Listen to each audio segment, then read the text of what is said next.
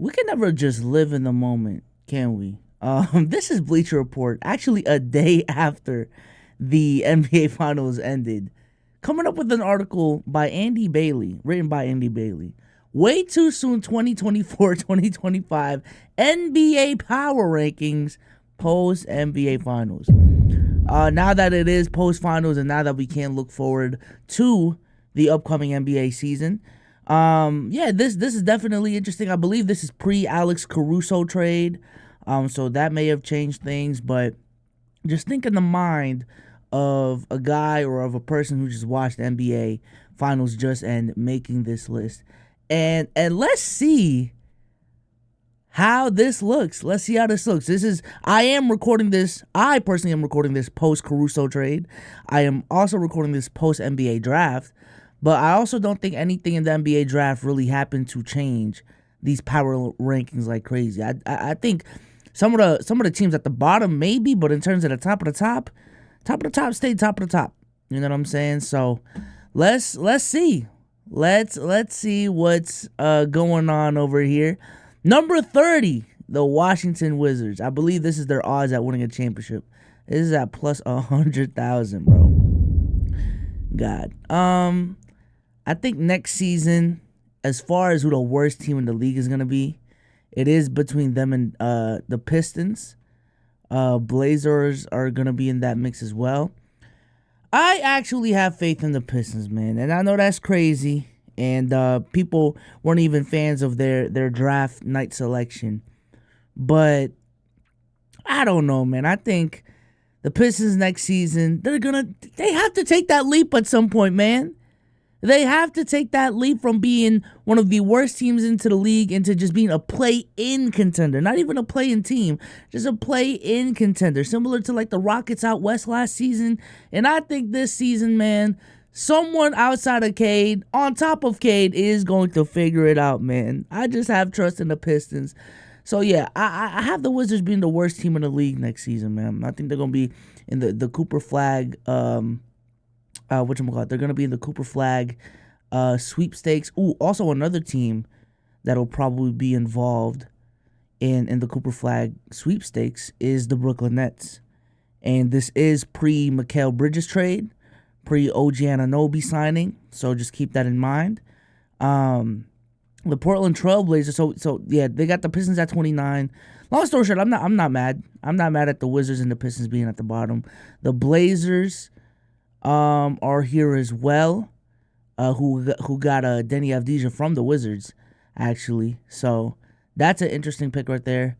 Now that Mikal has been traded, I do have the Brooklyn Nets being at the bottom of this list as well, near the bottom of the list. They're going to be tanking. They're going to be building around Cam Thomas, and not building around, but they're going to be rolling out Cam Thomas and Nick Claxton out there and hoping for the best. Like, yeah, they don't got a lot of pieces in Brooklyn right now, so Brooklyn's going to be down there. The Charlotte Hornets. The Charlotte Hornets are like a team that should have at least made the playoffs by now, man. I ain't gonna lie.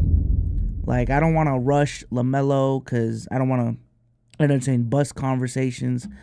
But the Charlotte Hornets are a definition of an NBA team, along with the Atlanta Hawks. This is a team that just exists. It's not super ass. You know, they got the number 2 pick last season, but they haven't. I don't know, bro. Like, Charlotte just confuses me. I ain't gonna lie. They are just an NBA team. If you want to see an NBA game and just get a feel of what NBA basketball is, just go to a Hornets game. It's cheap. It's gonna be fun. You know, the Charlotte Hornets, your NBA team. The Toronto Raptors. Being below the Brooklyn Nets.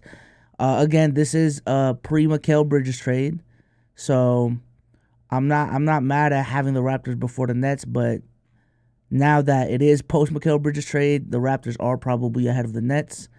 And speaking of the Nets, you're lower, like I've been saying. The Utah Jazz.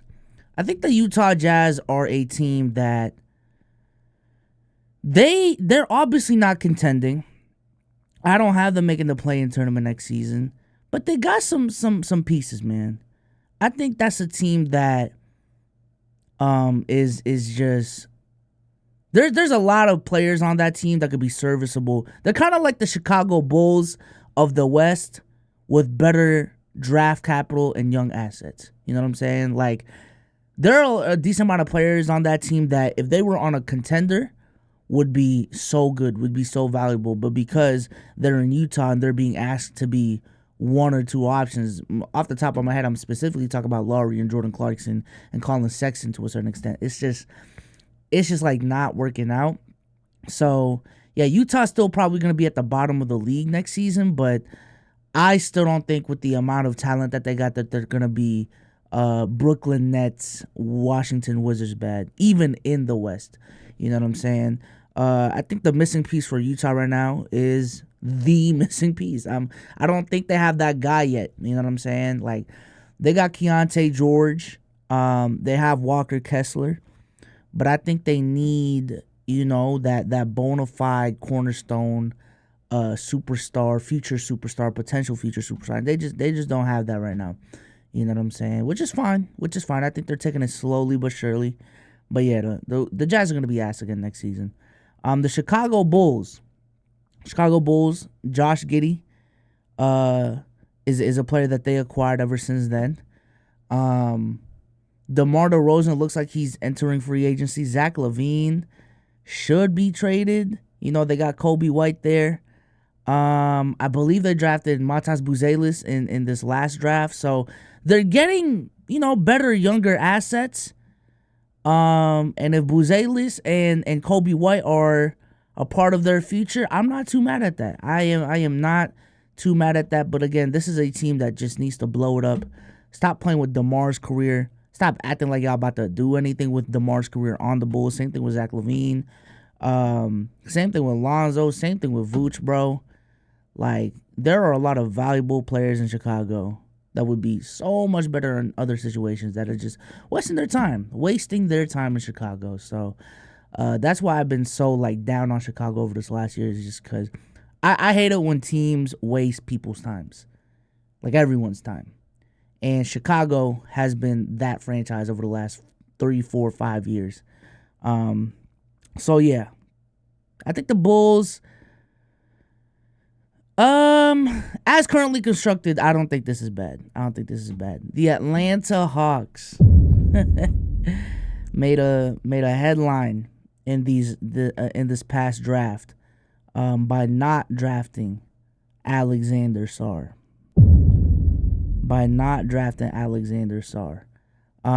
Going into the draft, I believe 15 minutes prior, I already saw Woj, tweeting out things about who the Atlanta Hawks were targeting. And it really did surprise me and caught me off guard that the two names that Woj said that the Hawks were keen in on was Zachary Ricochet and Reed Shepherd. Like, those were the two guys that they were keen in on. So Alexander Sarr wasn't even on the radar, apparently. And obviously the whole, he didn't want to work out for the Hawks. So I don't see a lot of people high on Zachary Ricochet, bro. I ain't gonna lie. So they still have Trae Young, they still have DeJounte Murray, but it looks like they're looking to move away from one or both, most likely one. Jalen Johnson's on the team. Atlanta could, I think, to be honest with you, you don't pick Zachary Ricochet if you're trying to win with Trae Young. I'm sorry, bro. I'm sorry. You either think Zachary Ricochet is like a project, future cornerstone piece for another era of Atlanta Hawks basketball, or you pick Alexander Sarr at this position, in my opinion. You know what I'm saying? That was just a weird pick. That was a weird pick in my opinion. I don't necessarily know what Atlanta's doing, but what I really hope that they do is trade DeJounte Murray, get draft capital, and just tank for a year, bro. Join the Cooper Flag sweepstakes in this next upcoming draft, bro. Cause this was an unserious move. Them drafting Zachary Ricochet was an unserious move, bro.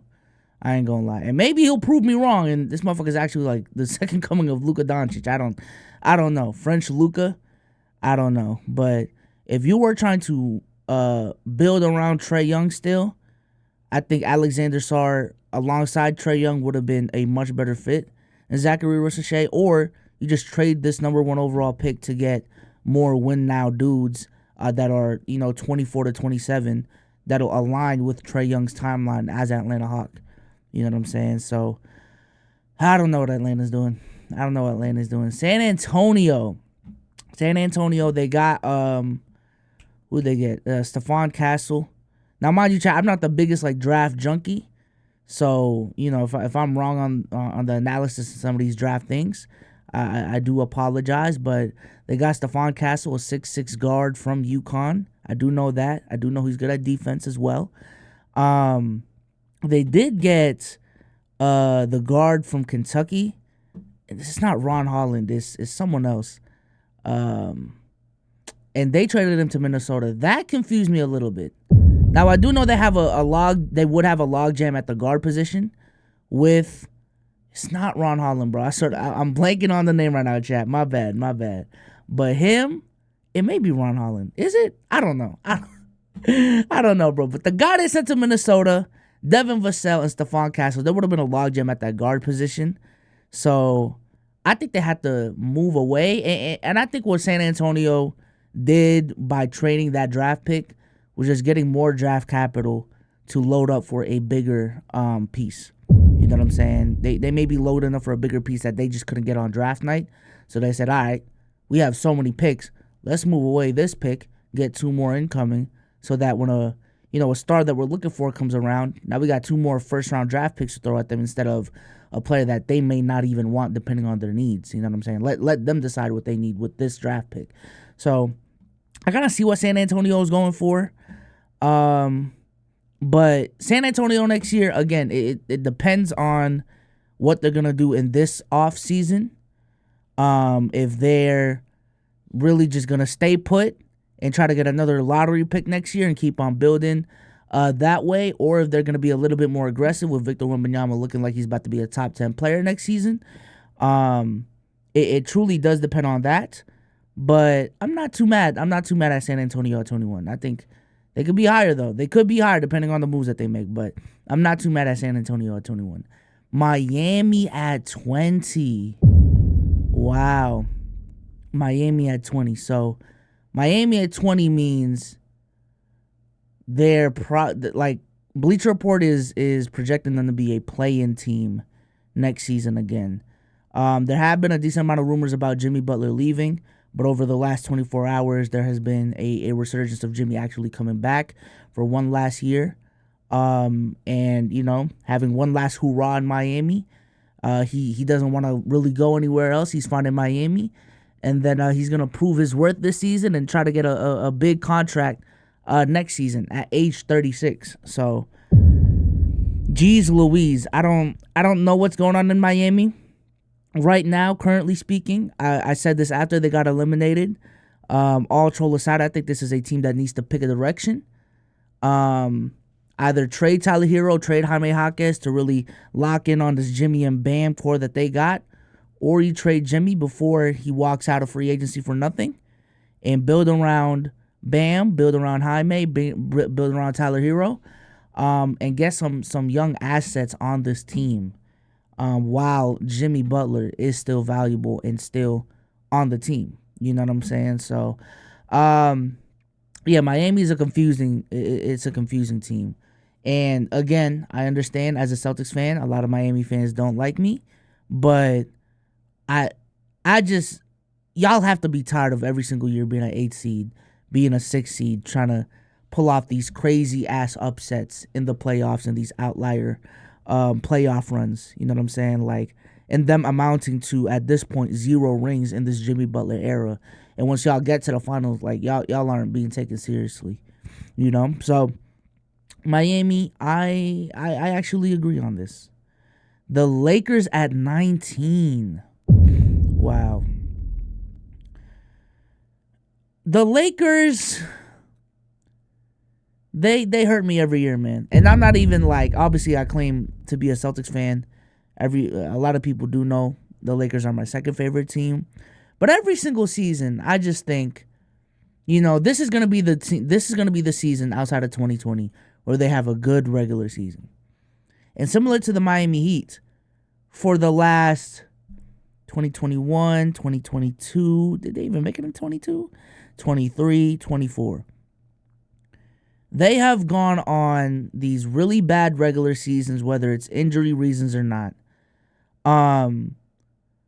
And they're banking on just, hey man, when we go into the playoffs, we got LeBron and AD. We got Bron and AD, y'all. We're good. We're fine in the West. But I've always thought simultaneously as well that the Lakers, if everyone was healthy, and even when everyone was healthy, was always a good team. You know what I'm saying? Like, obviously, in 23, they made it all the way to the Western Conference Finals. Right? And you don't make it there without being a good team to some degree. And even last season, I don't think there was any indicator that said the Los Angeles Lakers were a bad team. I would even make the case that if they meta game their way to the top of the bracket, there is a more probable opportunity that they may have made the Western Conference Finals. And at that point, depending on how, if it's Minnesota still coming out of there, can the Lakers take down the Timberwolves? I think so. You know what I'm saying? So the Lakers being this low, to me, I can't rock with it. I think they're better than this, especially if we're assuming that LeBron comes back. They've always been a solid team to me that just gets hoed by, I ain't gonna lie, the Denver Nuggets specifically being better or injuries. Never thought they were that bad, man. The Houston Rockets at 18. Wow. In my previous video, I did make a video talking about how, these Rockets, I was high on them going into this next upcoming season, but these rumors about them trying to trade for a KD star, a win now star of that caliber, Donovan Mitchell, even, like, I am not a fan of that, y'all, for the record. I believe this is a team that does have a young core, more than not proving themselves to be good players in this league, that can be parts of this team moving forward that fit together. They're building continuity, they're building chemistry, and is this upcoming season the season where they make the leap? I would hope so. I would hope the Houston Rockets make a play-in game this upcoming season. So with that being said, 18, I actually agree with this. The Sacramento Kings at 17. Wow, the Sacramento Kings at 17. I think the Sacramento Kings are like Cleveland West, bro. It wasn't too long ago when we were talking about the Sacramento Kings being one of the best young teams in the league. Like, I'm talking about like last year, y'all. Like, after the 2023 playoffs. Like Draymond going on his podcast talking about, man, the Kings, they got that aura that we had in Oracle, man. They're going to be here for years to come.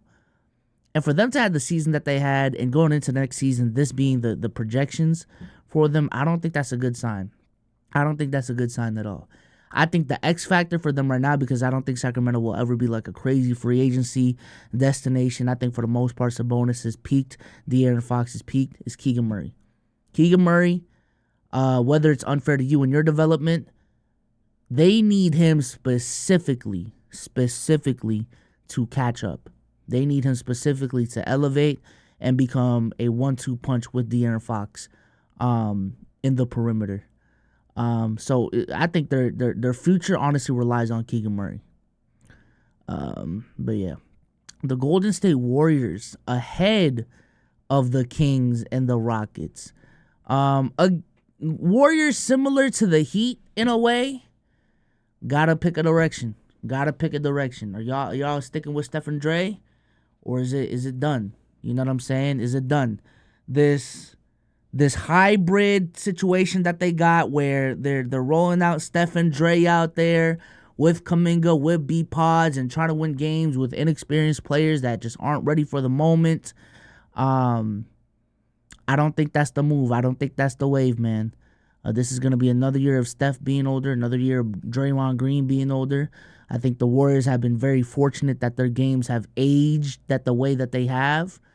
Bro, I think the Warriors, they need to make a splash, man. Get Paul George in there, man. I've heard Paul George's name over these last 2 days. Get a guy in there, man. Me personally, I've said this on the channel as well. I am personally of the belief that with how special Steph Curry has been to that team, you ride that train till the wheels fall off, and once the wheels fall off, the wheels fall off. You know what I'm saying? You don't have to hedge both sides. It's just, hey, when you're ass, and it's time to rebuild. You know what I'm saying? You just gotta accept that fact. So, Warriors, I'm not actually. I think the Warriors should be lower. I think the Warriors should be lower than this. I think the Lakers, honestly, should at the very least be where the Warriors are at. And I'm actually still higher on the Sacramento Kings than the Warriors going into the season. And I think the Warriors are going to be in that Rockets tier out west. But that's, we're kind of nitpicking now. The Cleveland Cavaliers, though, at 15. I think this next season is either going to be really good or really bad for the Cleveland Cavaliers. No in between. We're either actually going to see Donovan Mitchell walk. I don't know, bro. The D-Mitch situation is just weird to me, bro. It's just weird to me. I think this is a team that timeline-wise just does not fit. The combination of Darius Garland, Evan Mobley, and Donovan Mitchell, timeline-wise, just does not fit, in my opinion. So, similar to a lot of these teams, bro, get your timeline right. Get you some guys that are on the same page, that are developing at the right time. You know what I'm saying? I think that's a mistake that a lot of teams are making, and the Cleveland Cavaliers are one of them. Bringing in Donovan Mitchell has stunted Evan Mobley and Darius Garland's growth. But for the Cavs, I do expect them to be a playoff team next season if everything just stays put. So this is cool. The New Orleans Pelicans, Zion tax. Easy as that. I don't know. I've heard about Brandon Ingram being traded in this offseason. So many trades this offseason, man. Damn, Celtics won championship and the NBA just implodes, huh? Damn. But Zion's always going to be the biggest question for them. I think without Zion, continuously, they've actually proven to be a solid team without Zion. So even without Zion, they may be a playing team. But with Zion, I think with Zion, especially if they get him for a whole season, like a whole season, with everyone healthy, I think this team has potential to be like a top 5 team in the West, top 5, top 4. The Indiana Pacers at 13. I actually may disagree. Now that I'm seeing the Orlando Magic at 12, I am really high on the Indiana Pacers now, bro. What I saw from them in these playoffs really impressed me. What I saw from Tyrese Halliburton this last season really impressed me. What I saw from the role players and the identity that they developed by the end of the playoffs really impressed me, bro. You know what I'm saying? Shout out to Andrew Nembhard. Shout out to TJ McConnell. Obi Toppin being on that team. Aaron Naismith being on that team. You know what I'm saying? I think this is a well-coached team. Now, obviously, they had their coaching woes in those close games against the Celtics, but overall, when you watch this team play, you are watching a well-coached team. You know what I'm saying? Pascal Siakam and Tyrese Halliburton, they work. Miles Turner at the 5. Miles Turner is such a tricky player because I see the vision with them. Obviously, a 5 that can rim protect and shoot. But there are just times where it's like, damn, can we get more out of you, Miles? Like, you know what I'm saying? But obviously, their biggest weakness is defense. If they can get a stronger wing, I think that's their weakest position right now. If they can replace Aaron Naismith with a stronger wing that can put the ball on the floor, just as good of a shooter, and defend as well, I think that would elevate them to being in that Knicks Celtics tier, which we will talk about shortly. But Indiana Pacers, I actually disagree. I think they would be higher on this list. The Orlando Magic, I think going into next season, with them not making any moves right now, and I don't necessarily. Well, Clay has been rumored to go to Orlando, but I think they need backcourt playmaking, bro. They need playmaking in that backcourt. I think for Orlando, the blueprint for them should be the Boston Celtics blueprint, where Paolo's their Tatum, Franz is their JB, and they need more backcourt help on that team. Without that, I don't see them being better than the Pacers. Even the Cavs, to be honest with you, currently constructed. I don't see them being better. So, yeah, Orlando a little bit lower as of right now. The Clippers at 11. I'm off the Clippers. Bro. I'm sorry. This last year, if that wasn't the year, bro, it's never gonna happen. I'm done trusting the Clippers to any degree. I'm done falling for their 9-game winning streaks every single year where they scare the rest of the league. I'm done, bro. I'm done. PG looks like he's about to walk. Last season was a healthy season for them too as a team, and then they just fell apart in the playoffs. James Harden fell apart in the playoffs again. I'm done with the Clippers. So going into next season, even if they're currently constructed as is, I think morale, like their morale of like just getting it done again is gonna be so low that I actually think, even though personnel wise they may be more talented than the Pacers and the Magic and these other teams out here, they're not gonna have a good season next season, even if they run it back.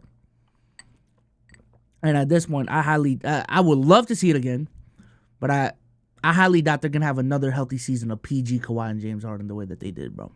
I'm sorry, I'm off the Clippers, and also I just don't think the Clippers will be the same next season. So they're definitely lower on my list. The Phoenix Suns at 10. Are we trusting the Suns again? I mean, at 10, I think the expectations have been lowered compared to going into last season. So that's cool. That's fine. But this is not a good team. The Phoenix Suns are not a good team. Devin Booker and KD are not good enough as a duo to carry them to these heights that y'all think D-Book and KD should be able to at this point in their career. You know what I'm saying? I don't think this duo is better than Luka and Kyrie.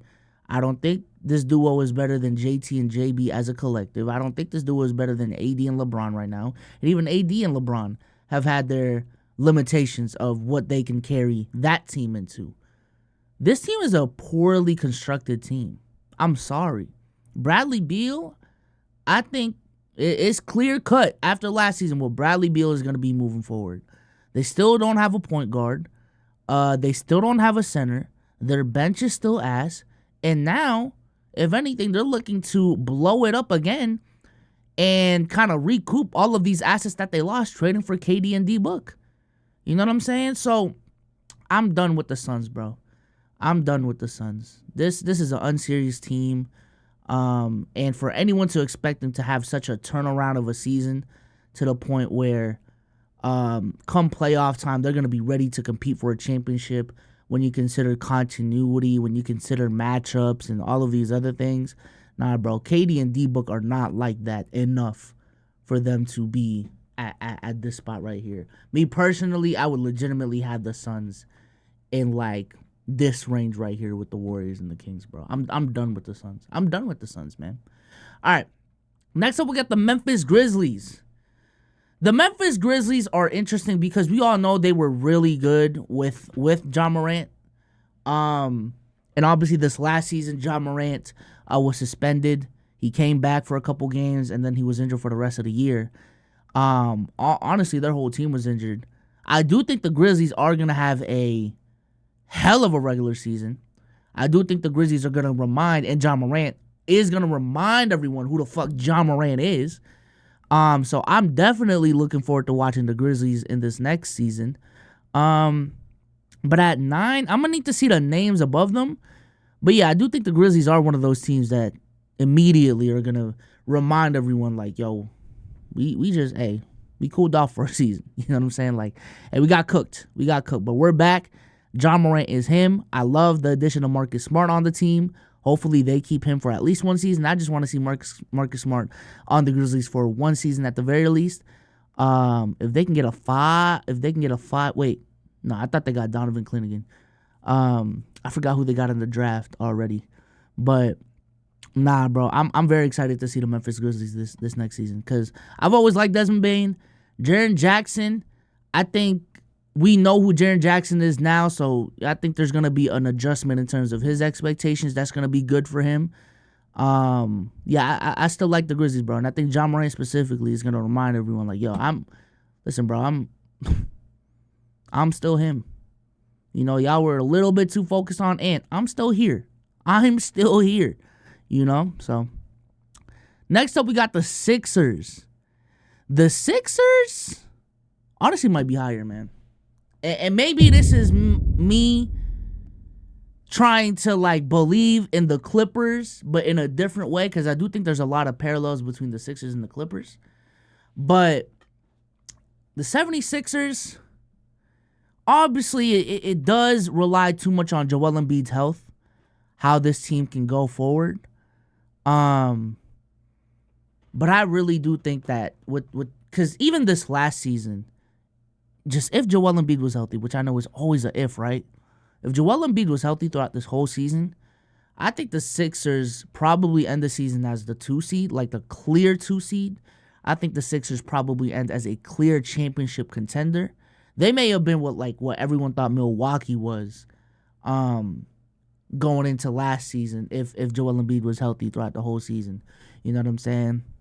And in this offseason, they have a chance to improve and get a Paul George or get even a Jimmy Butler or something along those lines. Or, well, OG's gone. But, like, if Philly upgrades this season, if everyone is healthy, I do think they are going to be a really dangerous team next season, man. Really, really dangerous team next season.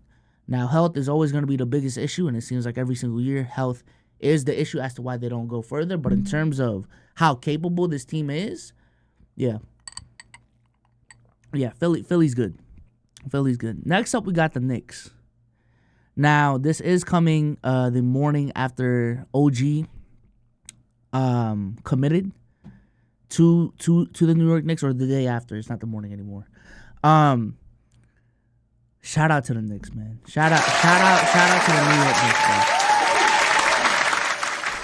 I think the Knicks, they are constructing the deepest team in the league. I think they are constructing a team, unlike the Phoenix Suns. And I'm going to pick on the Phoenix Suns. They are constructing a well-rounded team with chemistry considered, with defense considered, with coaching philosophies considered, everyone's strengths and weaknesses considered. I really like what New York is building. And some people have already started to make the memes that, hey, they're going to win off the power of friendship. But I'm telling you right now, dude, in this league where everyone is so talented, like chemistry and continuity, especially with player movement, chemistry and continuity is so hard to find that when you find it, you try to get it. You try to get it, bro. You try to get it. When you find a core that is just locked in on and off the court, you try to get that. You know what I'm saying? And I also like how the Knicks just aren't being pussy in this Brunson era. They're going all in, even overpaying for Mikal Bridges. I personally like that.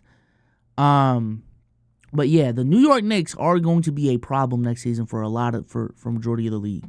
I think the New York Knicks next season are going to have their best season since the Patrick Ewing Knicks. And yes, I skipped over the Melo Knicks. I think this next upcoming season, barring health, barring all of that, I think the New York Knicks have a chance to have one of their best regular seasons in franchise history. I think the Knicks are going to be popping. I think the Knicks are going to be hyped going into these playoffs with championship expectations, not just making it to the finals expectations.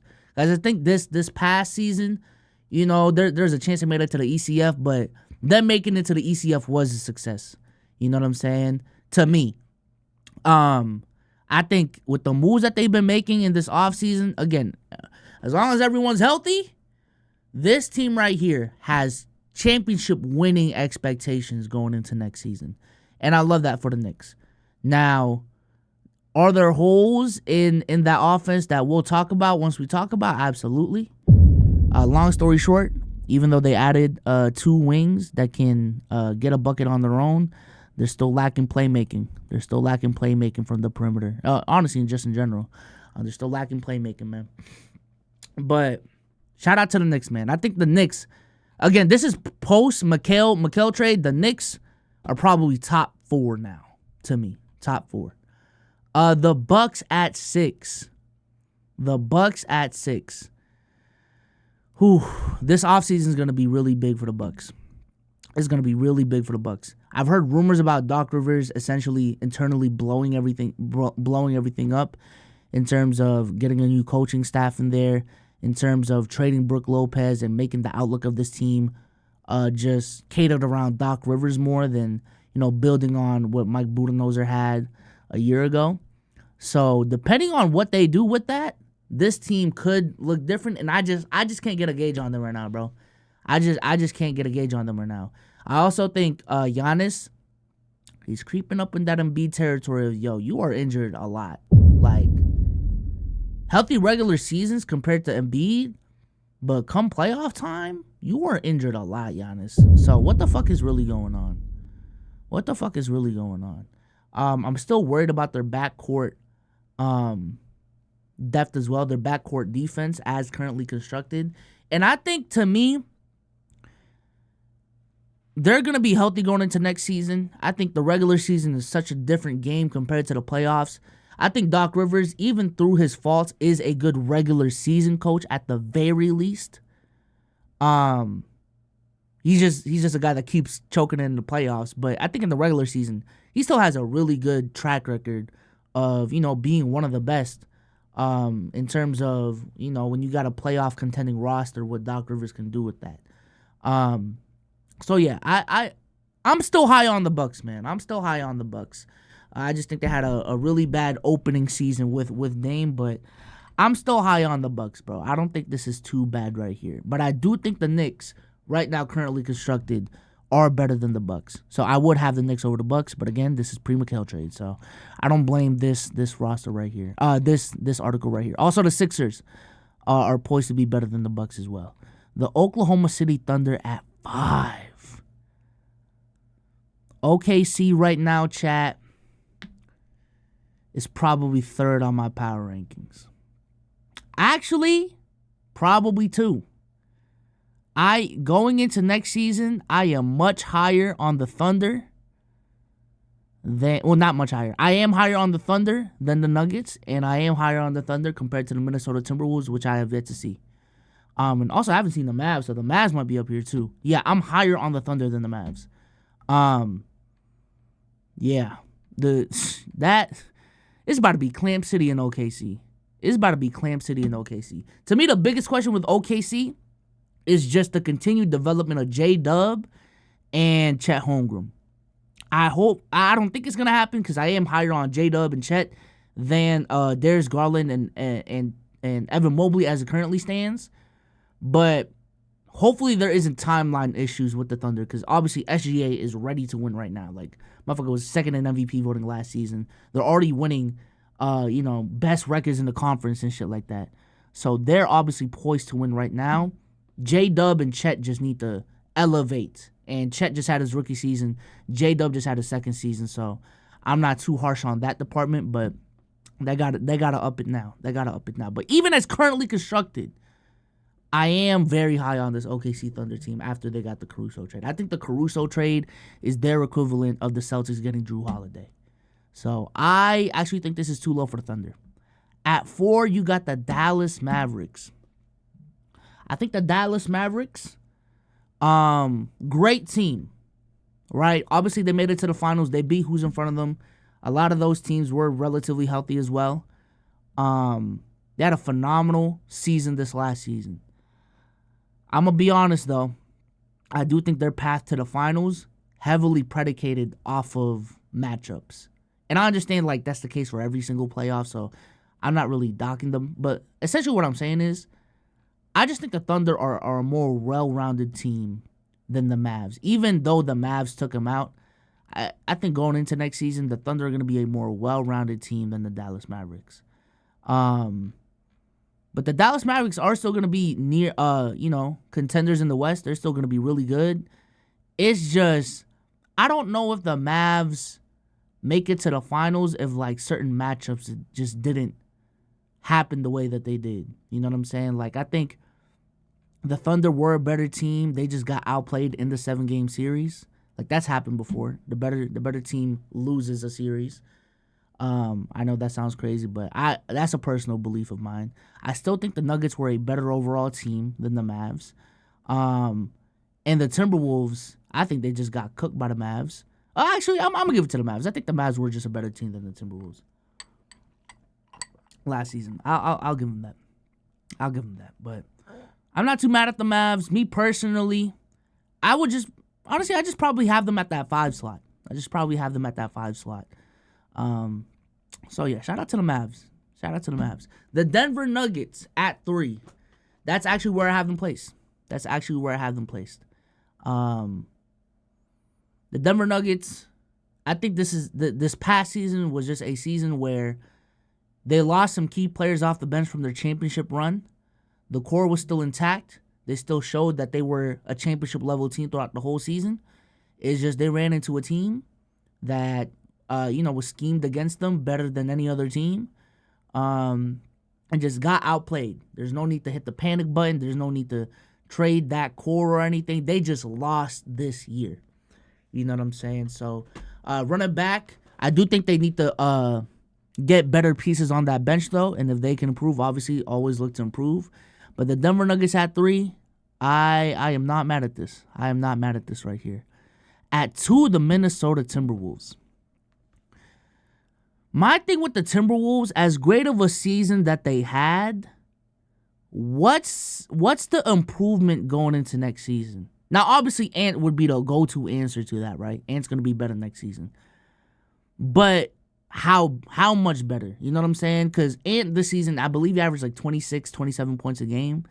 Even if he makes the leap to being a 30-point per game scorer, which is nothing to scoff at, how much of a better playmaker is he going to be?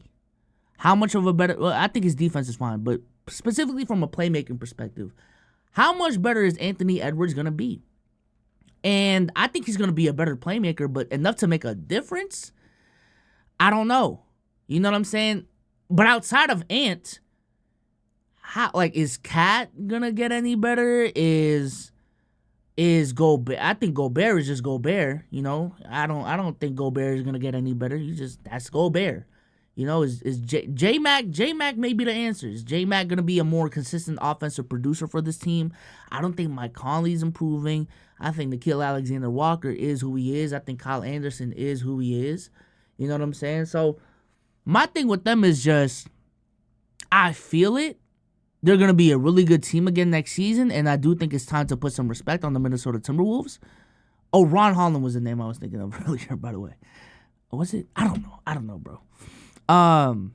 Rob Dillingham? I think it was Rob. Fuck, bro. But, yeah, the Minnesota Timberwolves, I still think the Nuggets are a better team, bro. I'm going to be honest. I think the Nuggets are a better team than the Denver Nuggets overall. I think the Thunder are going to be better than the Timberwolves next season. And I think they're in that Mavs tier. And then number 1, the Celtics, man. I agree with this. Barring, there's no reason as to why they shouldn't be the favorites going into next season after getting it done. And you can even make the case that even though they ran into a lot of injury-riddled teams, there's still an extra level that this team can go to next season. If KP is healthy for the playoffs, number 1.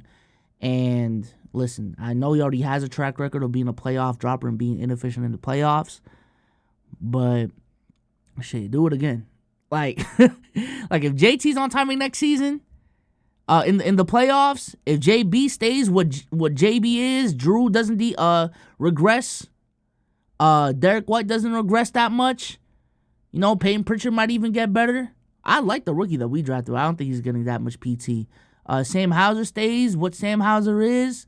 Xavier Tillman becomes more accustomed to this team. Yeah, there may be an extra notch that this Celtics team can go to next season. So, going into next season, I'm not mad at the Celtics being number one, and I would have them as number one. Outside of that, though, just so I can get my power rankings off in this video, I'm going Celtics 1, Thunder 2, Denver 3, New York 4.